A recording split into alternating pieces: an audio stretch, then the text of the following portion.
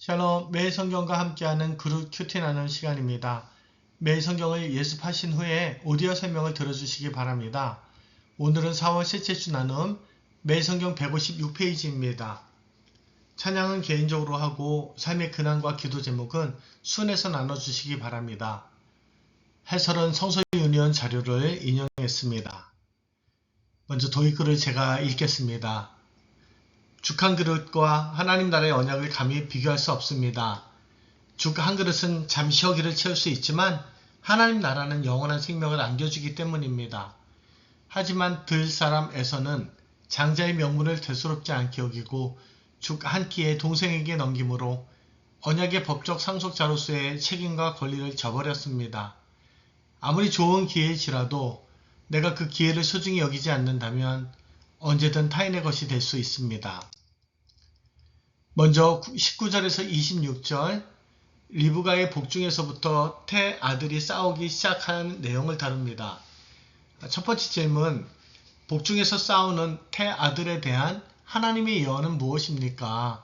22, 23절에 두 민족이 복중에서부터 나누일 것이며 큰 자가 작은 자를 섬길 것이다 라고 하는 내용입니다. 리브가가 쌍둥이를 임신했습니다. 그런데 그 쌍둥이가 엄마의 태에서부터 서로 다투었습니다. 리브가는 이것을 예사로운 일로 치부하지 않고 이 문제를 하나님께 아뢰었습니다. 리브가는 자녀를 임신하기 전부터 기도하였는데 자녀를 임신하고도 기도로 태교했습니다. 그녀가 하나님께 받은 예언의 말씀은 두 아이 모두 각각 민족을 이룰 것이지만 큰 자가 작은 자를 섬길 거라는 것이었습니다. 자녀가 아직 세상 밖으로 나오기도 전에 하나님은 그들에 대한 계획을 갖고 계셨습니다. 하나님의 뜻과 선택에 대해서는 그 누구도 딴지를 걸거나 자기 주장을 할 수 없습니다. 왜냐하면 모든 인생에 관한 계획과 뜻은 전적으로 하나님의 주권에 속한 일이기 때문입니다. 부모는 기도로 자녀를 잉태하고 하나님의 뜻에 따라 양육해야 합니다. 질문 2번, 야곱이라는 이름의 유래는 무엇입니까? 25, 26절에 야곱은 태어날 때 형의 발꿈치를 잡았다. 그래서 그의 이름이 발꿈치를 잡았다는 뜻의 야곱이 되었다 라고 말합니다. 먼저 태어난 아이가 전신이 붉고 털이 많아서 그 이름을 에서라 했습니다. 에돔은 붉다라는 의미가 있고 세일은 털이라는 의미가 있습니다. 아마도 이 단어들 앞자를 합쳐서 에서라 부른 것으로 보입니다.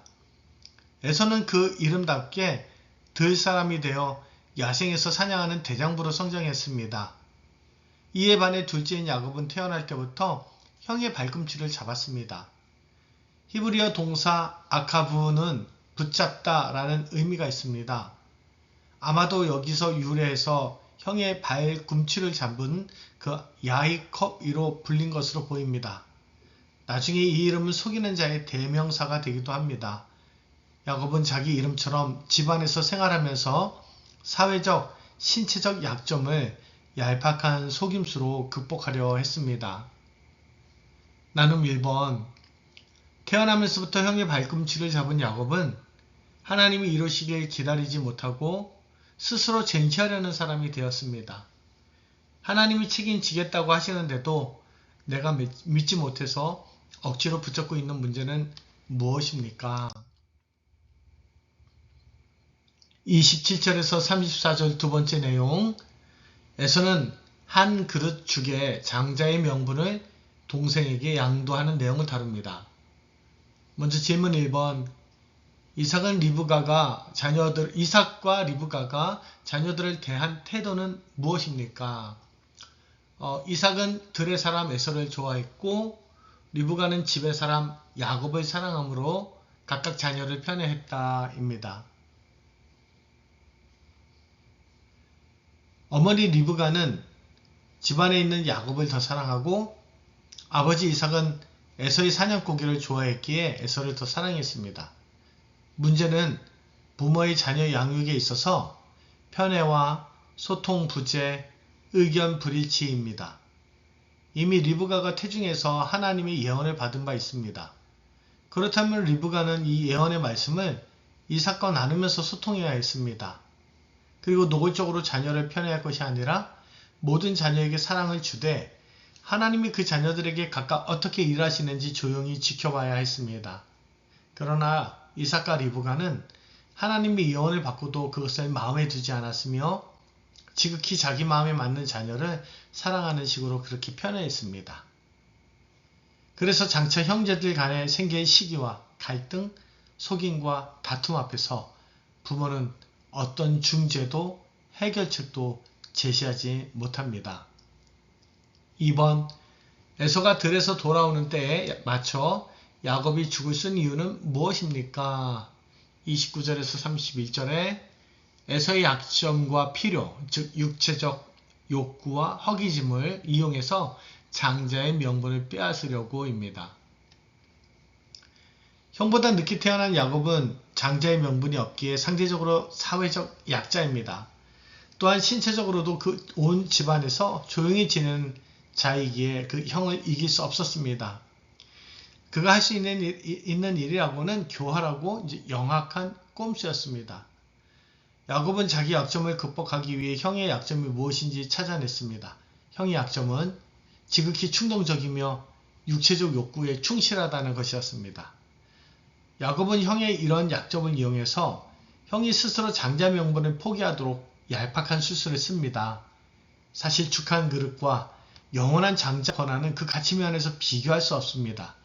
그러나 야곱이 생각하기에 형은 당장 손에 잡히지 않는 장자 명분보다 당장 눈에 보이는 죽 한 그릇을 선택할 거라 판단했습니다. 그래서 형이 사냥하고 돌아와 가장 배고플 시간에 맞춰서 맛있는 죽을 쓴 것이죠. 질문 3번. 에서가 동생에게 장자의 권한을 쉽게 넘긴 이유는 무엇입니까? 32, 34절에 배고픔을 해소하려는 욕구를 절제하지 못하고 장자의 명분을 가볍게 여겼기 때문이다. 입니다. 에서는 야곱이 예상한 대로 지극히 충동적이고 육체적 욕구에 충실한 사람이었습니다. 사냥에서 돌아와 허기진 에서는 이 맛있는 죽 냄새의 정신을 잃었고 아이고 내가 배고파 죽을 지경인데 장자의 명분이 내게 무엇이냐 라며 헐떡거립니다. 마치 굶주린 개가 음식 앞에서 정신을 잃고 막 꽁꽁 짖으며 온몸을 요동치듯이 그렇게 말입니다. 에서는 지극히 육체적 욕구에 빠져서 나는 장자로 선택받을 자격이 없다고 스스로 선언합니다. 에서의 약점을 이용해서 장자 권한을 탈취하는 야곱도 문제이지만 죽 한 그릇의 장자의 가치와 권한을 한순간에 포기하는 에서도 참 문제가 많습니다. 나중에 에서가 야곱에게 내가 나를 속였다 꾸짖지만 에서 역시 스스로 장자 권한을 유격 때문에 포기한 책임을 면할 수 없습니다. 나눔 2번. 부모의 심각한 편애와 형제의 갈등에도 불구하고 하나님은 그 가정을 통해 구원의 역사를 이어가셨습니다. 우리 가정의 부족함이나 갈등 속에서도 하나님이 여전히 일하심을 신뢰합니까?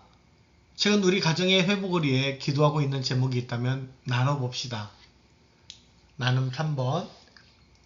에서는 언약의 계승자가 되는 것보다 죽 한 그릇을 선호했고 언약에 대한 책임을 지기보다 배부름을 택했습니다. 언약의 상속자로서 그리스도와 함께 받는 고난과 영광을 저버리게 만드는 나의 허기, 나의 죽 한 그릇은 무엇입니까? 이 시간 함께 삶과 공동체의 기도 내용을 읽고 마치겠습니다. 하나님의 말씀보다 내 생각이나 열정이 앞서지 않게 하소서. 순간의 욕구나 충동 때문에 하나님 나라의 비전을 포기하는 어리석은 선택을 하지 않게 하소서. 예수님의 이름으로 기도합니다. 아멘.